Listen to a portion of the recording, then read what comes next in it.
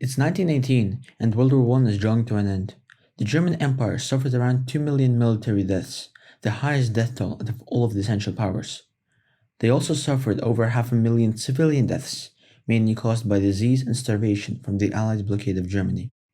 On the 25th of October 1918, German generals at Kiel ordered an attack against horrible odds. The sailors refused, mutinied, and started a series of protests and strikes. Just a month later, on the 9th of November, the Kaiser abdicated and fled to Holland, with Friedrich Ebert becoming president of Germany on the next day. On the 11th of November, the armistice was finally signed, marking the end of the bloody war. But things were not as clear for the German people. Throughout the war, they had been bombarded with propaganda, and many believed Germany was very close to victory. The fleeing government supported this idea in the so-called stab in the back myth. The theory said that Germany almost won, but was betrayed by the traitorous socialists and Jews, who revolted at the end of the war. The officials who signed the surrender were often called the November criminals, and as they were the people running the new Council of the People's Representatives, which took out temporary control of Germany until the first elections, the new government became widely unpopular from the start. The fate of Germany was decided in the Treaty of Versailles. The Germans expected that the treaty wouldn't be too harsh for several reasons. Firstly, most Germans believed that Germany had been forced into war, and that all the countries should share responsibility. Additionally, the Kaiser had fled, and Germany now had a new democratic government. Surely the Entente wouldn't punish the very people who helped end the war inside Germany.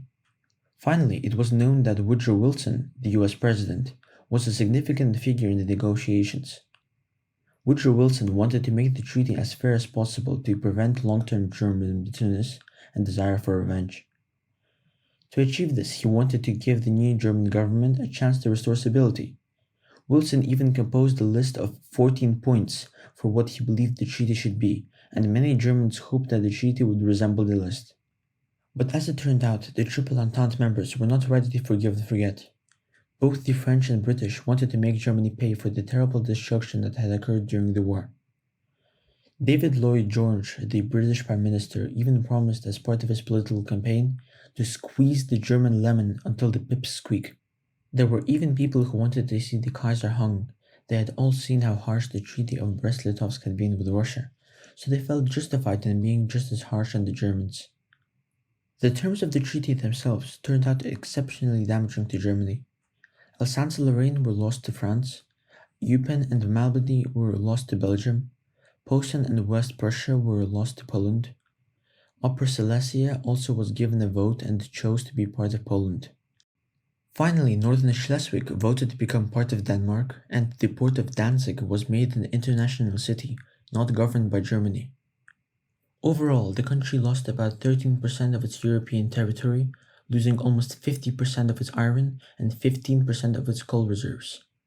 All of her colonies were also given away to victorious nations as mandates, territories to look after. But this wasn't all for the poor nation. Germany was forced to accept the blame for the war, known as war guilt. This came with many implications. Firstly, the German army was intensely restricted. The army was limited to 100,000 men and only to be internally used. Germany was not allowed tanks, submarines, or an air force. They also couldn't have any soldiers in the Rhineland. The entire area had to be demilitarized immediately. The worst part of the treaty stated that the country had to pay the Entente members reparations of 132 billion gold marks. This value was roughly 33 billion US dollars at the time, or around $500 billion US dollars in today's money. Thus, the Weimar Republic was born.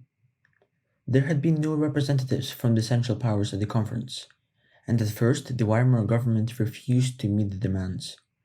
The Entente responded by promising to restart the war if the Germans didn't sign, forcing them to accept what they called the shameful diktat. This decision had caused widespread opposition to the government across the nation. On the 5th of January 1919, the Spartacus League, Germany's main communist party founded during the First World War, tried to set up a communist government in Berlin. They successfully occupied the headquarters of the Weimar newspaper and telephone offices and attempted to bring about the general strike. The Weimar government was forced to turn to units of volunteer soldiers who had been demobilized after the war. These troops were known as the Freikorps. The soldiers shot the communist leaders, Rosa Luxemburg and Karl Liebknecht, on the 15th of January, ending the revolt. Still, the Communist Party was not disbanded.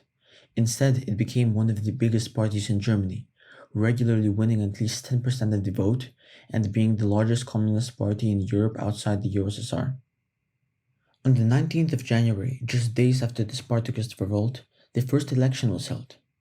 Over 80% of the people voted, impressive for a country in such a severe condition.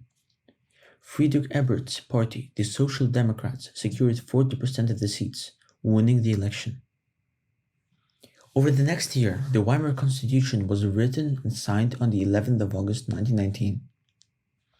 It was one of the most democratic constitutions in the entire world at that point. Every German citizen was granted freedom of speech and religion, as well as equality under the law.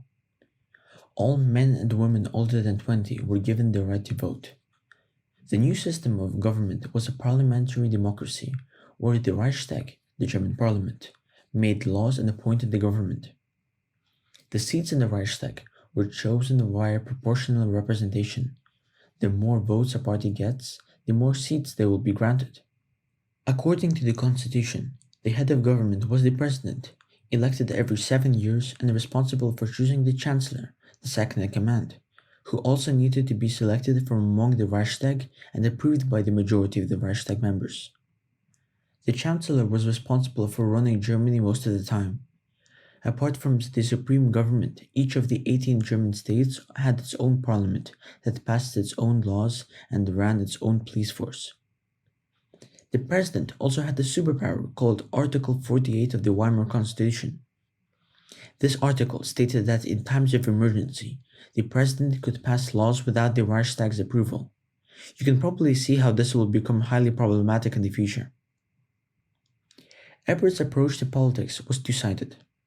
On one hand, he kept the state running smoothly by keeping civil servants from the previous government and telling them to work with the new workers' and soldiers' councils, promising trade unions to shorten the working day to only 8 hours.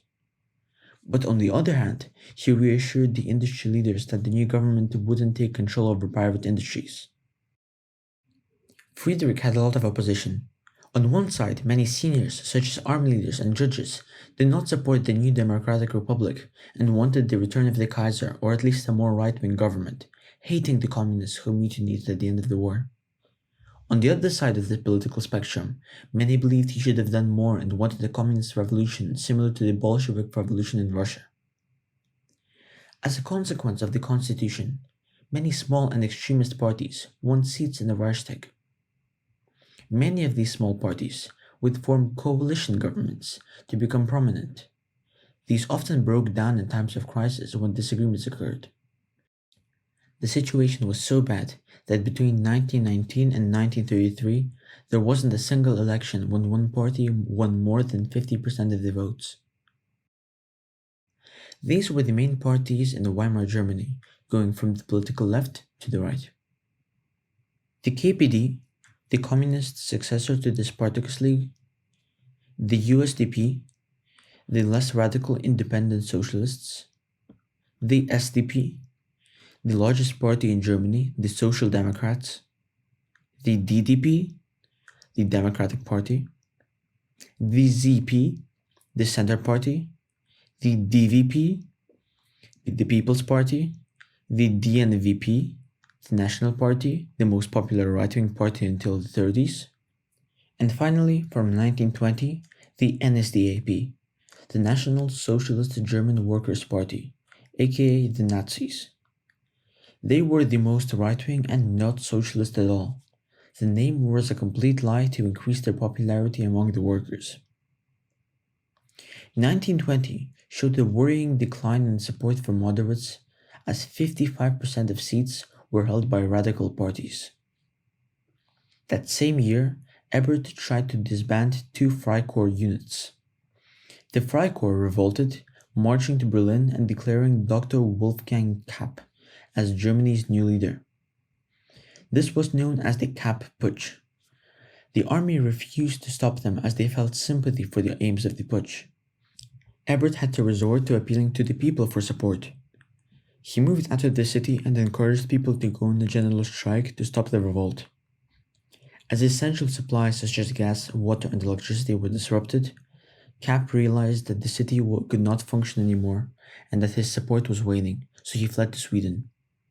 Ebert returned to Berlin and permanently dismantled the Freikorps. But even after successfully stopping the series of attempted revolutions, Weimar Germany was in a very weak state. By 1918, Germany had already been close to bankruptcy due to the cost of the First World War. By late 1922, Germany was late to pay some installments of the reparation payments, and when in December the Weimar Republic missed another payment, the French retaliated. On the 9th of January, Belgian and French troops marched into the Ruhr, the center of Germany's iron, steel, and coal production.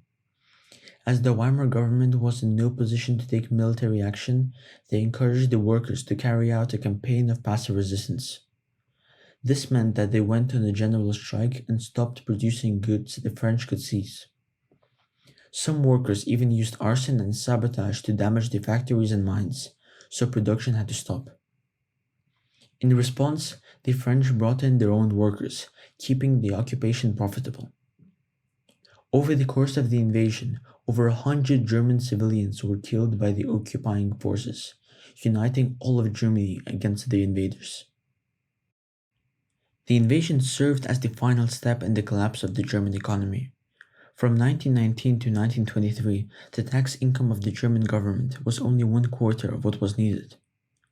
To solve this issue, the government printed more banknotes. But as the value of banknotes was tied to the price of gold, the German mark started losing value at a very fast rate, a process known as hyperinflation. This got even worse as the Weimar government had to pay the striking workers in the Ruhr even more money, which they didn't have.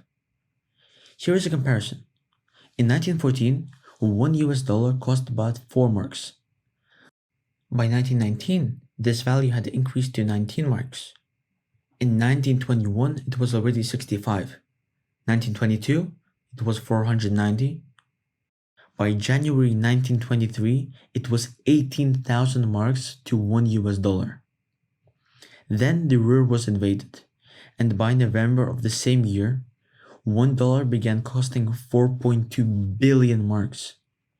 This had a cataclysmic effect on daily life. Millions went into poverty, especially pensioners who had a fixed income. Prices rose so rapidly that in some cases, restaurant customers who had enough money when they sat down did not have enough money to pay for the food by the time they finished eating. The only people who benefited were those with loans, who could now pay them off very easily, further crashing the economy.